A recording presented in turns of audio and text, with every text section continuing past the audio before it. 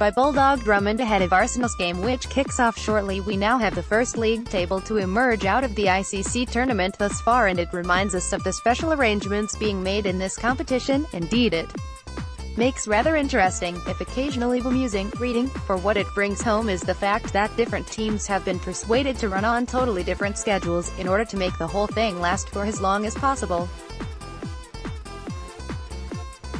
POS Team BWWPLPLFAPTs 1 32010637 11004133 11002034 2100133335 2100133436 101002227 100000018 100000019 0000010 0000011 000000012 000000013 000000014 000000015 000000016 100011317 100011418 2000230. As you will note above, there is a slew of teams that, like Arsenal, have not played, but we do have the interesting side of Manchester City having 2 straight defeats at the foot of the table. They have lost to Dortmund and to Liverpool.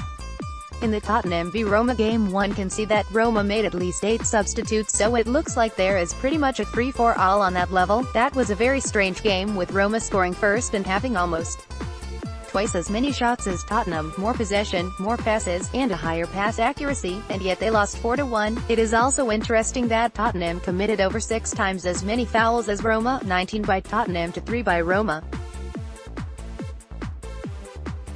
As for our game today, for Atletico, Antoine Griezmann, Diego Costa, Diego Godin, Jose Jimenez and Simon Versalco are, I am told, not available after the WC.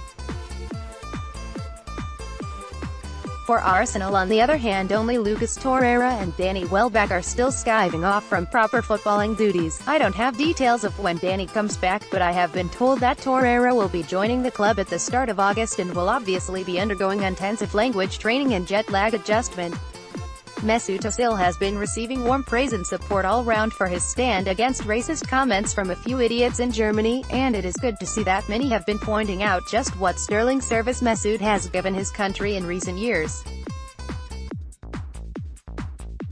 It would be good if, as a result of this experience, a few officials realize that playing for your country is not an obligation but something given voluntarily by players. The players have every right to say no, and the worse they are treated by racists, the less likely they are ever to want to play. But back to today, we know that Bernd Leno, Socrates Papastathopoulos and Matteo Guendouzi are in the squad, along with our new young super kid, Emile Smith-Rowe, who has been talked up no end. Eddie Nketiah, whom we saw earlier in the summer with an incredible display in the Toulon tournament for England, is also in the squad. Atletico Madrid have suffered more from unwarranted FIFA interference in their team selection, with Antoine Griezmann, Diego Costa, Saul Niguez, Koke, Diego Godin, Jose Jimenez and Simon Versalco all still being in the WC or thereabouts. It would be foolish and the extreme to do the normal pre-match team prediction, as there is nothing to go on other than the squad, so here's the squad. In goal, Petr Cech, Bernd Leno, Emiliano Martinez. At the back, Hector Bellerin, Sead Polishinic, Callum Chambers, Rob Holding, Shkodran Mustafi, Socrates Papastathopoulos, Konstantinos Mavropanos, Jordi Osei Tutu. In the midst of it all, Mohamed Al-Neni, Ainsley Maitland-Niles, Matteo Guendouzi, Reece Nelson, Emile Smith-Rowe, Joe Willock, Aaron Ramsey. Going forwards, Henrik Mkhitaryan, Mesut Özil, Alex Iwobi, Eddie Nketiah, Lucas Perez, Alexander Lacazette, Pierre-Emerick Aubameyang. So the simple question is, do you play a first-team squad and then bring on backup players as the first-teamers tire, or do you mix them up from the start? There is a benefit in each approach, for if you mix them you see how the kiddies fit in with the big boys. You do it the other way and you risk being overrun in the latter parts of the game, but you get much more insight how ready young men like Smith Rowe, Willock and OSEI Tudor to play on the big stage. We shall see.